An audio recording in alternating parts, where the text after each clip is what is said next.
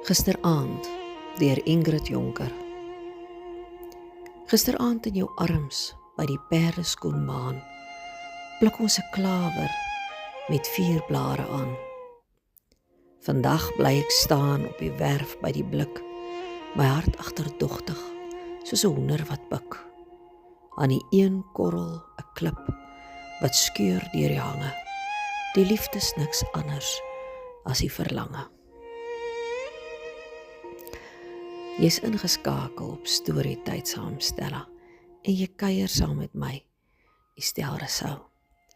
Ek lees graag vir ons 'n paar kort verse van 'n paar digters. Die aantal ure wat ons saam het, is altyd so min. Vertoef asseblief net 'n bietjie langer. Ongemaklik na by die deur in plaas van om net weg te gaan. Vergeet asseblief jou serp in my lewe en kom terug vir dit 'n bietjie later. Daardie stukkie is geskryf deur Miku Hawi. Is dit nie pragtig nie? En dan is daar nog eene. Die moeder. Die vreemde oorsprong van jou lewe het soos lig deur 'n kristal deur my gevloei. In al die maande toe ek een was met die stil geheim van jou verborge groei. En nou kan niks ons skei, want jy is nie afhanklik en gebonde aan my bloed, wat met sy onbegryplike chemie jou wonderlik gevorm het en gevoed.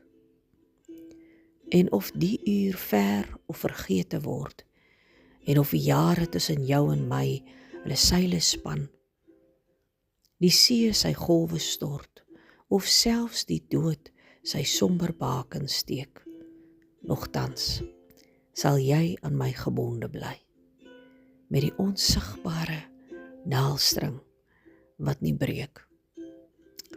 Geskryf deur Elizabeth Eybers. Terloops, ek kry hierdie op die Facebookblad om te wandel in my woorde. Wat van nog so enetjie, Kom ons kyk. Jy is herfs vir my, 'n namiddagdroom, aangrypend vol koue wind, wat dans met die dooie blare van 'n boom. Jy's 'n afgodil vir my, in die oggendsaligheid, helderder as kleur, so sonskyn, wat skielik opdaag en inwaai by my deur.